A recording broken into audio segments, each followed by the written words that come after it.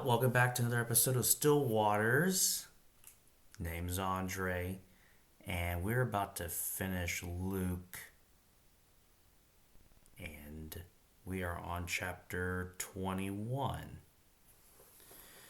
As Jesus looked up, he saw the rich putting their gifts into the temple treasury. He also saw a poor widow put in two very small copper coins. Truly, I tell you, he said, this poor widow has put in more than all the others. All these people gave their gifts out of their wealth, but she lived out of her poverty, put in all she had to live on.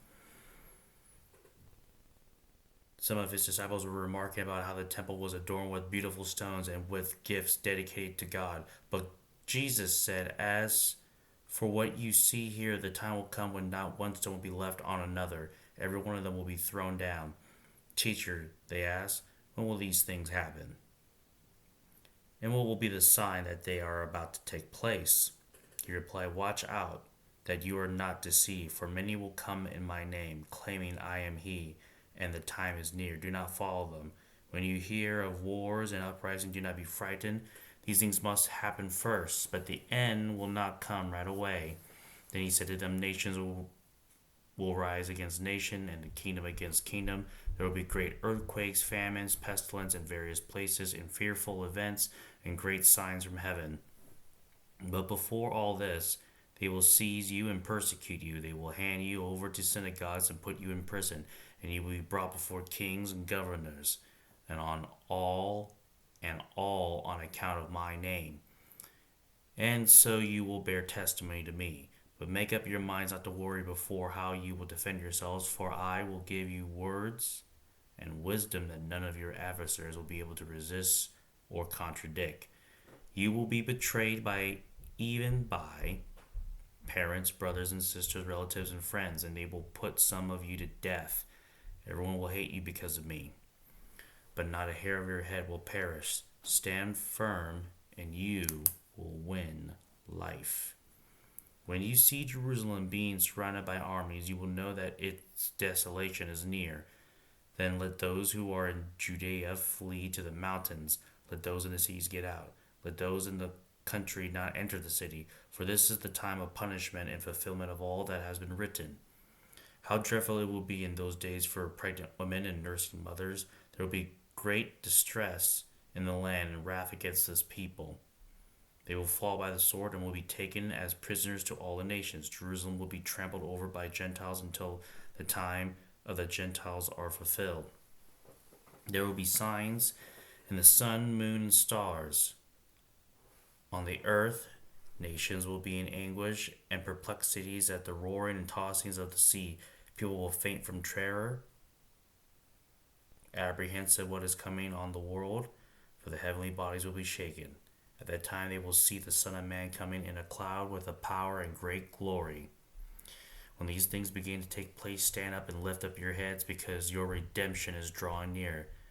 He told them in this parable, Look at the fig tree and all the trees. When they sprout leaves, you can see for yourselves and know that summer is near. Even so, when you see these things happening, you know that the kingdom of God is near. Truly, I tell you, this generation will certainly not pass away until all these things have happened. Heaven and earth will pass away, but my word will never pass away. Be careful, or your hearts will be weighted down with carousing, drunkenness, and the anxieties of life. And that day will be close on you, suddenly, like a trap. For it will come on all those who live on the face to the whole earth. Be always on the watch and pray that you may be able to escape all that is about to happen, and that you may be able to stand before the Son of Man. Each day Jesus was teaching at the temple, and each evening he went out to spend the night on the hill called the Mount of Olives, and all the people came early in the morning to hear him at the temple. I want to go back before I get to chapter 22. I'm sure you've heard sermons on this, but I might as well reiterate. So in chapter 21, it talks about the two copper coins that the word put in was more than was wealth. Everyone else's wealth. So I'm sure you've already discerned it, but obviously we don't go by quantity, we go by quality per individual. There's other institutions. I'm sure people would appreciate $1,000 donation, offering, tithe. But it seems it's on the basis of what the individual is. So if I have 1,000,000 shekels, I give 1,000. It's not really saying much. But if I give 1,000 and all I had was 1,000, now that says something. You literally gave all you had. Now, I think the other temptation people like to take is we use these verses to pressure each other, right? Hey, you should do this like this lady did. At the end of the day, there's another verse that Paul goes into later in the New Testament, and he basically says, don't be pressured, do it cheerfully, and do it because you want to, not because you were pressured to, right? So there seems to be a heart posture and tithing and donation that needs to be expressed. Otherwise, if you just keep shaming people to take action, you've already lost in the long run. But we'll get into that later, probably in a later podcast. But just wanted you to know that it's really easy to take one verse and use it as the main fulcrum point to get people to do certain things, when in reality, you need to take it all under consideration. Discernment. The next one in verse 5 in chapter 21, they're talking about, and verse 6, but Jesus said, as for what you see here, the time will come when not one stone will be left on another. Every one of them will be thrown down. Now he's doing his prophecy thing. And essentially this happens in Titus. All right, the Jews start doing their thing. They start getting a little rabble-rousy. I'm giving you the layman terms for it, the cliff notes. And basically the temple, Herod's temple, gets destroyed. Right, the city gets surrounded, Jerusalem, and it just gets besieged, and Rome just wipes them off. And the temple, you'll notice it says some of the disciples were remarking about how the temple was adorned with beautiful stones and with gifts dedicated to God. Okay, so this temple is pretty elaborate. You look at pictures, there's like gold. So essentially the cement, or the what's holding the bricks together, you can call it the filler, or the glue that's holding the temple together, but it was mostly, people say it was gold. So when some guy threw fire in the temple, the gold was melting. So people realized, oh snap, we remove the stones, you can get the gold, and you're pretty much, it was payday, early retirement for some people. Hence why you might hear that term. It says, as for what you see here, the time will come when not one stone will be left on another. And you'll look at the temple now, and it's all ripped apart. All the stones are toppled over each other because, well, someone want the gold. That's what the story says. I just want you to know that the purpose of these parables, these prophecies, it's not a parable. The prophecy is that you should have confidence in what this guy is saying. Even when it didn't make sense, it came to pass. And I'm not sure the exact percentages or the exact amount of prophecies. Maybe someone could say in the comments or reiterate it, correct me by all means, but it's about 400 of them. Some argue less, some argue more, but Jesus done like about 80% of them. So if he's already done 80% of them, chances are he's going to finish up with the other 20. So there's that. Let's get into chapter 22 now of Luke.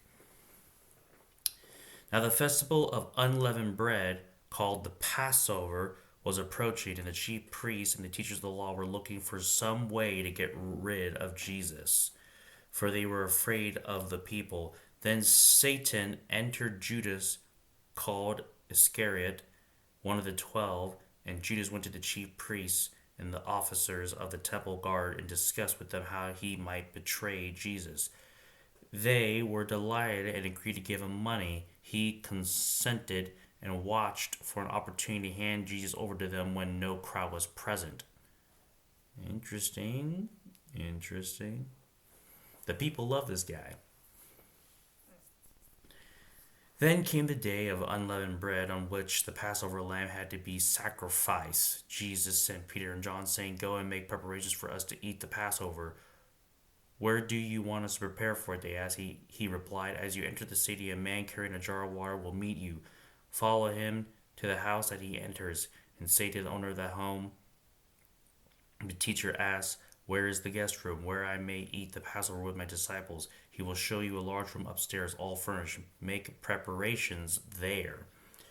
They left and found these things just as Jesus had told them, so they prepared the Passover. When the hour came, Jesus and his apostles reclined at the table, and he said to them, I have eagerly desired to eat this Passover with you before I suffer.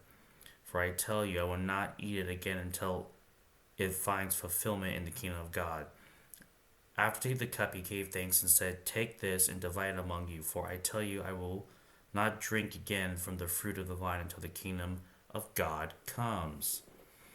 And he took bread and gave thanks and broke it and gave it to them, saying, This is my body given for you. Do this in remembrance of me. In the same way, after the supper, he took the cup, saying, This is the cup. This cup is the new covenant in my blood, which is poured out for you.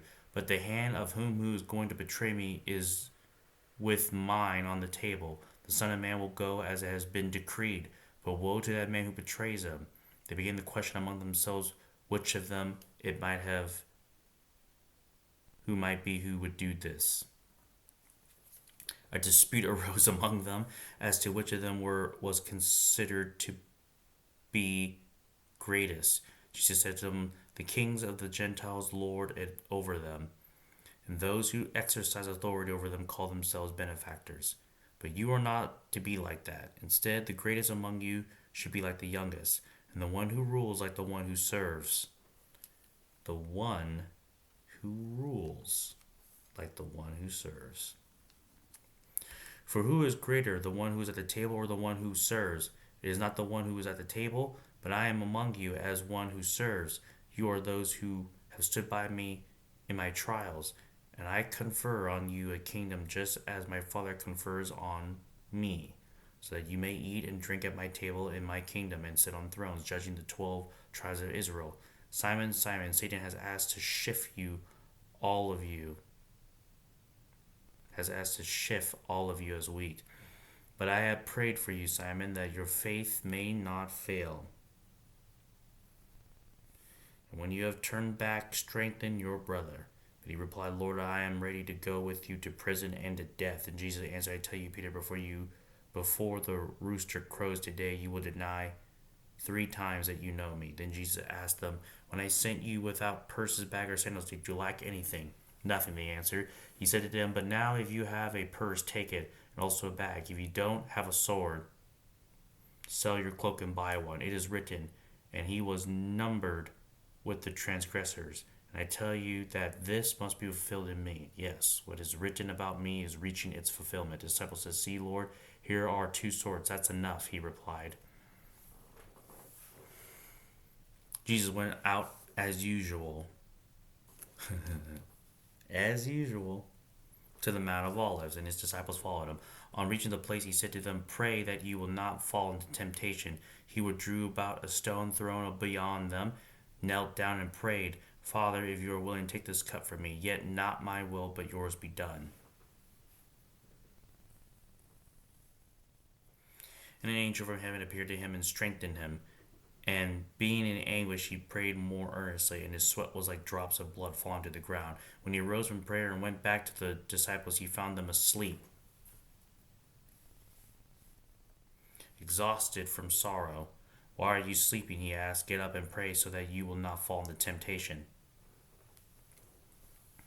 While he was speaking, a crowd came up, and the man who was called Judas, one of the 12, was leading them. He approached Jesus to kiss him, but Jesus asked him, Judas, are you betraying the Son of Man with a kiss? What happened? When Jesus' followers saw what was going to happen, they said, Lord, should we strike with our swords? One of them struck the servant of the high priest, cutting off his right ear. But Jesus answers, No more of this. And he touched the man's ear and healed him. Then Jesus said to the chief priests, the officers of the temple guard, and the elders who had come for him, Am I leading a rebellion that you have come with swords and clubs? Every day I was with you in the temple courts, and you did not lay a hand on me. But this is your hour when darkness reigns. Then seizing him, they led him away and took him into the house of the high priest. Peter followed at a distance. And when some there had kindled a fire in the middle of the countryside and had sat down together, Peter sat down with them. A servant girl saw him seated there in the firelight. She looked closely at him and said, "This man was with him." But he denied it. "Woman, I do not know him." A little later, someone else saw him and said, "You also are one of them." "I am not," Peter replied. About an hour later, another asserted, "Certainly this fellow was with him, for he is a Galilean." Peter replied, "Man, I don't know what you're talking about." For just as he was speaking, the rooster crowed. The Lord turned and looked straight at Peter. Then Peter remembered the words the Lord had spoken to him. "For the rooster crows that day, you will disown me 3 times." And he went outside and wept bitterly.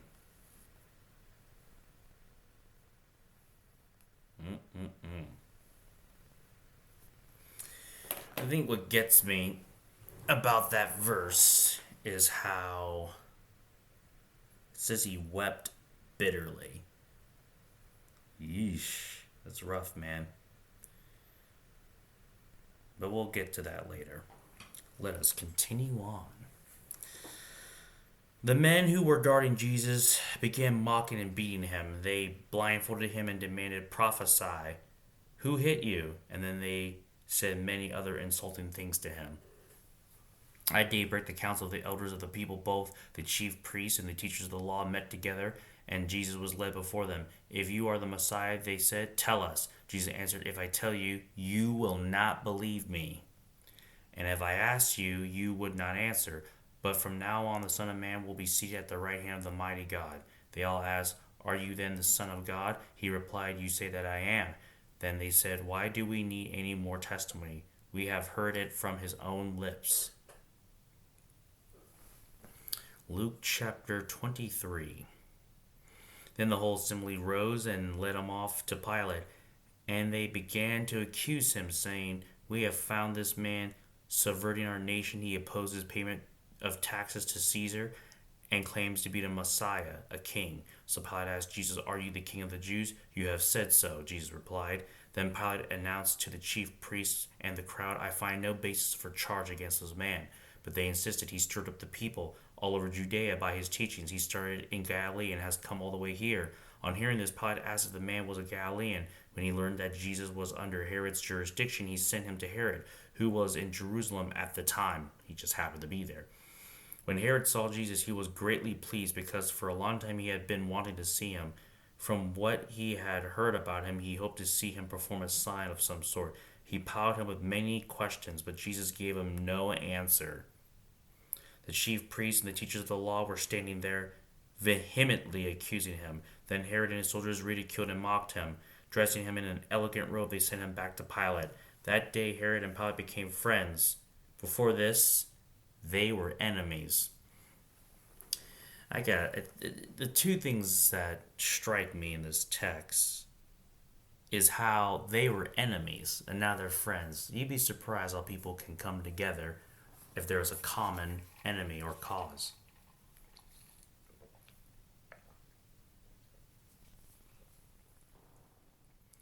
I think the other thing that I find interesting is it says he opposes payment of taxes to Caesar. He didn't impose it. Didn't he say, "Give to Caesar what is Caesar"? He didn't impose it.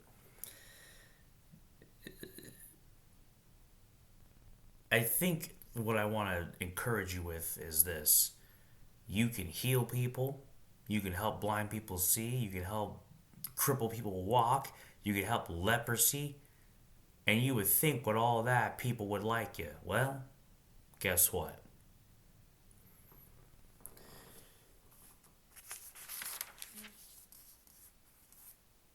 Verse 13. Pilate called together the chief priests, the rulers, and the people, and said to them, "You brought me this man as one who was inciting the people to rebellion. I have examined him in your presence and have found no basis of your charge against him. Neither has Herod, for he has sent him back to us. As you can see, he has done nothing to deserve death. Therefore, I will punish him and then release him. But the whole crowd shouted, "Away with this man! Release Barabbas to us!" Barabbas had been thrown into prison for an insurrection in the city and for murder. Wanting to release Jesus, Pilate appealed to them again, but they kept shouting, "Crucify him! Crucify him!" For the third time he spoke to them. "Why? What crime has this man committed? I have found in him no grounds for the death penalty. Therefore I will have him punished and then release him." But with a loud shout they insisted, demanding that he be crucified, and their shouts prevailed. So Pilate decided to grant their demand. He released the man who has been thrown into prison for insurrection and murder, and the one they asked for, and surrendered Jesus to their will. As the soldiers led him away, they seized Simon from Cyrene, who was on his way in from the country, and put the cross on him and made him carry it behind Jesus. A large number of people followed him, including women who mourned and wailed for him. Jesus turned and said to them, "Daughters of Jerusalem, do not weep for me, weep for yourselves and for your children, for the time will come when you will say, 'Blessed are the childless women, the wombs that never bore, and the breasts that never nursed.' Then they will say to the mountains, 'Fall on us,' and on the hills, 'Cover us.' For if people do things when the tree is green, what will happen when it is dry?" I think one translation in King James says, "When people do evil while it is still green on the trees, what will happen when things are dry?" That gives you indication. If you thought things were bad before, that ain't nothing. Verse 32. Two other men, both criminals, were also led with him to be executed. When they came to the place called the Skull, they crucified him there, along with the criminals, one on his right, the other on his left. Jesus said, "Father, forgive them, for they do not know what they are doing." And they divided up his clothes by casting lots. The people stood watching, and the rulers even sneered at him. They said, "He saved others. Let him save himself if he is God, Messiah, the chosen one." The soldiers also came up and mocked him. They offered him wine vinegar and said, "If you are king of the Jews, save yourself." Now, that wine vinegar, if I'm not mistaken, it's supposed to be like a painkiller, but I digress. Verse 38. There was a written notice above him which read, "This is King of the Jews." One of the criminals who hung there hurled insults at him. "Aren't you the Messiah? Save yourself and us." But the other criminals rebuked him. "Don't you fear God," he said. "Since you are under the same sentence, we are punished justly, for we are getting what our deeds deserve. But this man has done nothing wrong." Then he said, "Jesus, remember me when you come into your kingdom." Jesus answered him, "Truly I tell you, today you will be with me in paradise." I need to pause right here. I've noticed there's been a lot of discussion over this moment right here about salvation and baptism, and a lot of ink being spilled. I have seen two dichotomous extremes. The first one, some people would bet the farm that this statement doesn't apply to us because, we're not on a cross and this only applies to him. Some would say, look how Jesus told him and he was saved. What does it mean for you? This is what I believe. Andre's allegory time. I would say what he's going to talk to you about, he's going to talk to you about. That may not be an answer you want to hear, a standard, but I believe God has a way of holding us accountable to the standard he has set on us. That is to say that if you happen to be on a cross and you can't baptize, but you're willing to repent and ask for forgiveness, by all means. My mentality is, what's stopping you? Because if we play a game called, hey, look at this and look at that, when you ought to be doing, look at yourself. Because that's what the standard you be held to. It is interesting to note how the Bible kind of over and over again keeps insinuating this. There is a standard, but it seems like he takes into account every individual. What they know, what they don't know, what they do, what they didn't do, etc. The Bible has a way of treating every single person in an idiosyncratic way. I believe the human mind and ego is conditioned in such a way that, especially in our world, in the Western culture, do's and don'ts. But you can hear how Jesus talks. He says, if you have hatred in your heart with somebody, you've already committed murder. Well, that's interesting. There's no law in America that says if you got an attitude with somebody, you've committed murder. That's bizarre. And yet he has the temerity, the audacity to make such a statement. So it makes you wonder, if the heart posture is like that, then we really need to reflect on where our hearts are at. That's not a fun statement. I want to tell you, as long as you don't cross those lines, you're in. But that's not the case. Anywho, verse 44, it was now about noon, and the darkness came over the whole land until 3 in the afternoon. The sun stopped shining, and the curtains of the temple was torn in two. Jesus called out with a loud voice, Father, into your hands I commit my spirit. When he had said this, he breathed his last. I want you to note something. Most people died on the whipping post, and the fact that he says this phrase, then he dies, indicates to me that as long as he kept talking, he he can't die. I know it sounds weird, but here's my point. He literally says in other passages that no man takes my life lest I lay it down. And this is interesting because he also says I could summon 12 legions of angels. So Jesus is clearly in control of the situation. He's just choosing to lay down his life for the salvation of humanity. And this language is very interesting. You could always look at the cross as the greatest tragedy and you feel sad for Jesus. But or you could also see it as this the level of self-control this man has when he has the power. See, it's one thing if I get executed, right?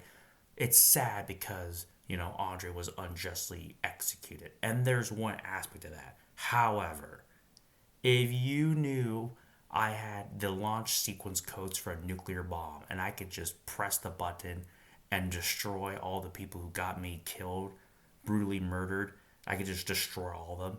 But I choose not to press it. What does that say about me?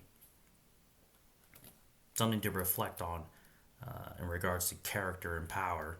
Because if you didn't have any power, it wouldn't really matter. There's a phrase saying that the meek shall inherit the earth.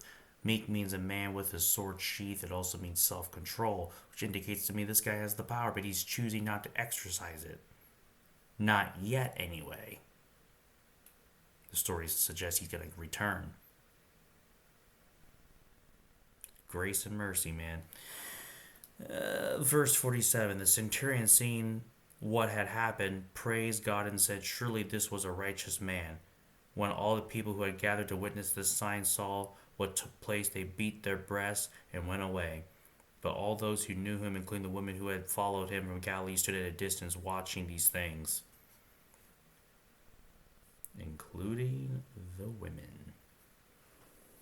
Now there was a man named Joseph, a member of the council of good and upright men, who had not consented to their decision and actions. He came from the Judean town of Arimathea, and he himself was waiting for the kingdom of God. Going to Pilate, he asked for Jesus' body. Then he took it down, wrapped it in linen cloth, and placed it in the tomb cut in the rock, one in which no one had yet been laid. It was preparation day, and the Sabbath was about to begin. The women who had come with Jesus from Galilee followed Joseph and saw the tomb, how his body was laid in. Then they went home and prepared spices and perfumes, and they rested on the Sabbath in obedience to the command. Yeah, the Sabbath, man, every Saturday.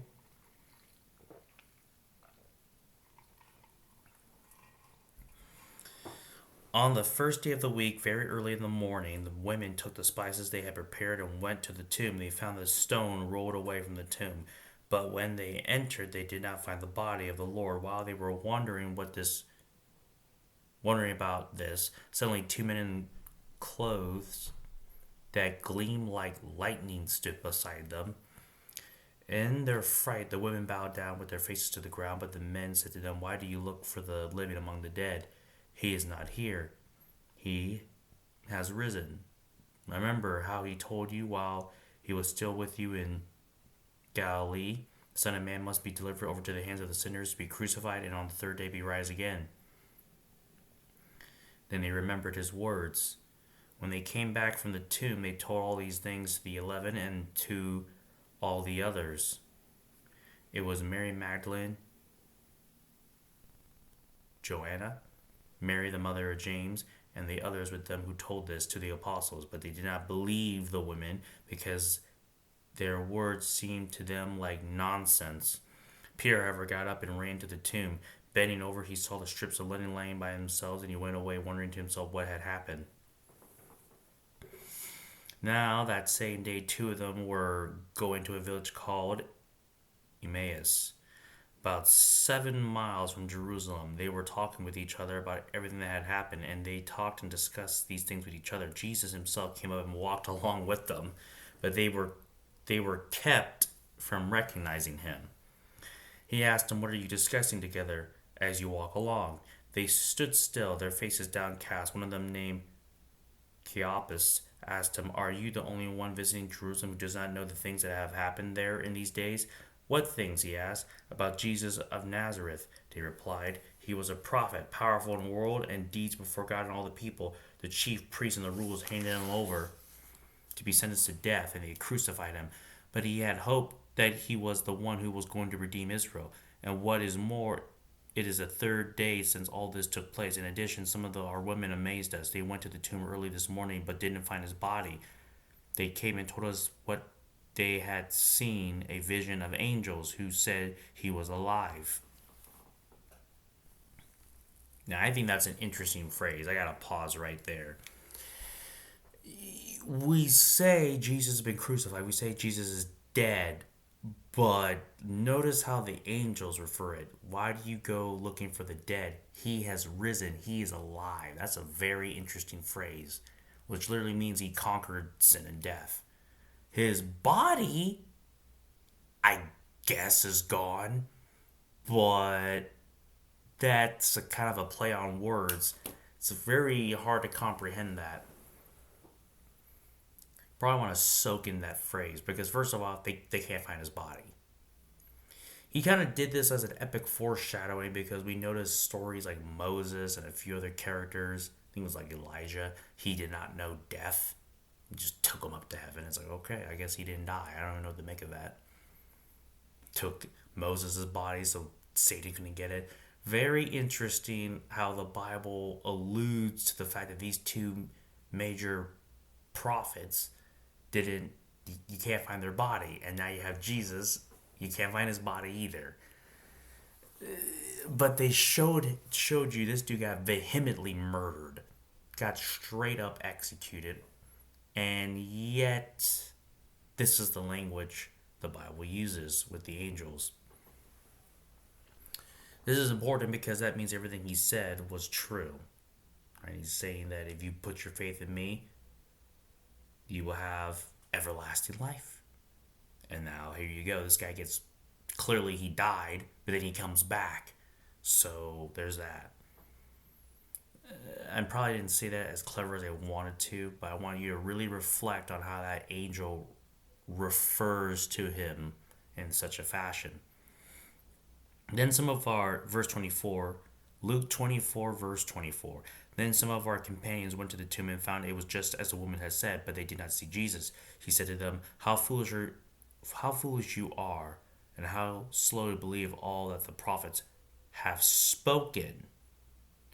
Did not the Messiah have to suffer these things and then enter his glory? And the beginning with Moses and all the prophets, he explained to them what was said in all the scriptures concerning himself. Whoa, that right there was huge. Notice how Jesus just confirmed the Old Testament. The Old Testament just got confirmed. Because there's our people that say, why do we read the Old Testament? We can just read the New Testament. And yet right there, verse 27, in the beginning with Moses and all the prophets, he explained to them what was said in the scriptures concerning himself. That indicates to me all the Old Testament is just a epic foreshadowing of what was going to happen. But you gotta look for it. Verse 28, as they approached the village to which they were going, Jesus continued on as if he were going farther, but they urged him strongly, stay with us, for it is nearly evening and the day is almost over. So he went in to stay with them. When he was at the table with them, he took bread and gave thanks, broke it, and began to give it to them. Then their eyes were opened and they recognized him, and he disappeared from their sight. They asked each other, were not our hearts burning within us while he talked with us on the road and opened the scriptures to us? They got up and returned at once to Jerusalem. There they found the 11 and those with them assembled together, and saying, it is true, the Lord has risen and has appeared to Simon. Then the two told what had happened on the way, and how Jesus was recognized by them and when he broke the bread. While they were still talking about this, Jesus himself stood among them and said to them, peace be with you. They were startled and frightened, thinking they saw a ghost. He said to them, why are you troubled? Why do you doubt? Why do doubts rise in your minds? Look at my hands and my feet. It is I myself. Touch me and see. A ghost does not have flesh and bones, as you see I have. Now I gotta pause right there. This is interesting. He noticed the language it just said. It said he stood among them. While they were talking about this, Jesus himself stood among them. In one translation, he just appeared. They were startled and frightened, thinking they saw ghosts. This guy, he looks like him. He has human qualities. This is some like this is beyond human comprehension. They can recognize it's him, but he's doing things that are beyond the parameters of a normal person, of a physical body. But you can still recognize his body. You also notice in the parable of Lazarus and the rich merchant, it says, I could see Abraham's bosom. That's interesting because, people have a lot of descriptions about what heaven's like, our heavenly bodies and all that angel stuff. But clearly people could identify each other despite their beyond the parameters of normal physicalities. So I just want you to notice that he has a physical body, but it's clearly not just a physical body. Verse 40. When he had said this, he showed them his hands and feet, and while they still did not believe it because of joy and amazement, he asked them, do you have anything here to eat? They gave him a piece of broiled fish, and he took it and ate it in their presence. Ain't that weird? He has the power to appear in a room and also eat fish. You can't make this. This is something else. And he said to them, this is what I told you while I was still with you. Everything must be fulfilled that is written about me in the law of Moses, the prophets, and Psalms. Whoa. That confirms it again. But then he opened their minds so they could understand the scriptures. Say what? He told them, this is what is written, the Messiah will suffer and rise from the dead on the third day, and repentance for the forgiveness of sins will be preached in his name to all nations, beginning at Jerusalem. You are witnesses of these things. I am going to send you what my Father has promised, but stay in the city until you have been clothed with power from on high. The ascension of Jesus. So when he had led them out of the vicinity of Bethany, he lifted up his hands and blessed them. And while he was blessing them, he left them and was taken up into heaven. Then they worshiped him and returned to Jerusalem with great joy. And they stayed continually at the temple praising God. And that's the end of Luke. I want to focus on something here. I want to focus on 2 points and you can get on out of here. I think what I want to focus on now is that Judas agrees to betray Jesus. Now, I think what's unfortunate is a lot of people judge Judas, and we judge Peter, and we judge Thomas. When I say judge them, I say we look at their lives and usually use them as the catalysts of our statement, like, oh my gosh, if you were with Jesus, how could you ever do that? Now, not only is that super immature, it's also illogical. Imagine you live in a time, the context of people getting crucified on a daily basis.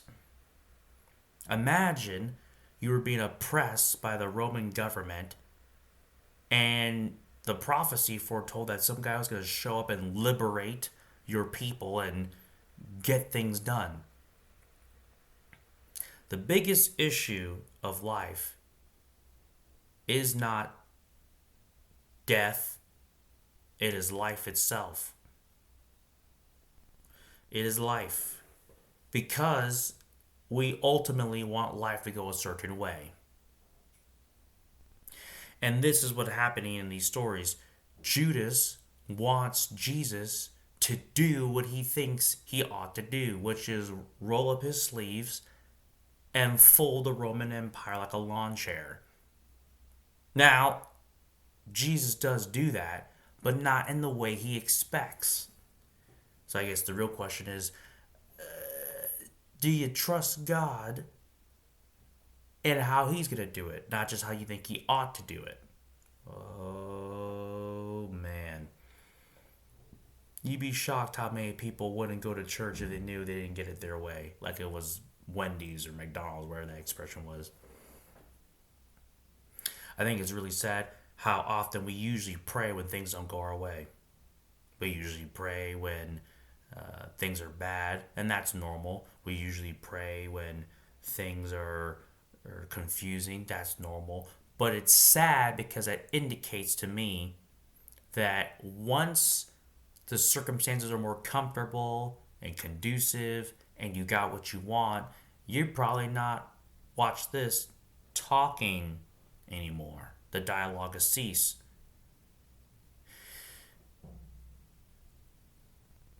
Is the only thing that justifies your relationship with people is when you want something?